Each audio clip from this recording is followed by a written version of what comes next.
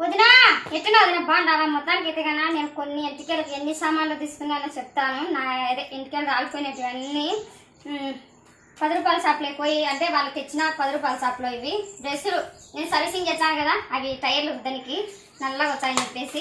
ఇంకా నీ కోడళ్ళవి అందుకు నీ అల్లుళ్ళవి చిన్న బట్టలు కదా, దాంట్లో కోసం 10 పప్పిలా ఏవో తీసుకున్నా. ఇంకా నీ కోడలు గోడ అంటే గోడ ఇచ్చంటే 2 స్టిక్కర్ల ప్యాకెట్ తీసుకున్నా వదినా.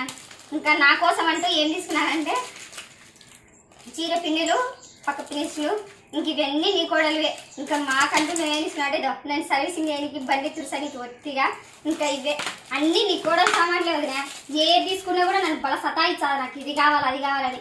ఒక విషయం తెలుసా, కమ్మలు అయితే 4 జతలు కమ్మలు తీసుకొని ఎడగ పెట్టుకొని పోయింది బడికి. ఇప్పుడే అది రాసేసింది అనుకో నాకు గాజులు అంటే గొట్టు పిల్లలు ఉంటే. అందుకే వదినా అప్పట్లో కుప్పలు కుప్పలు ఉన్నారు కానీ ఇప్పుడైతే కానీ ఆడపిల్లలు వద్దు అంటున్నారు. ఇట్లాంటివన్నీ కొని పెట్టాలంటే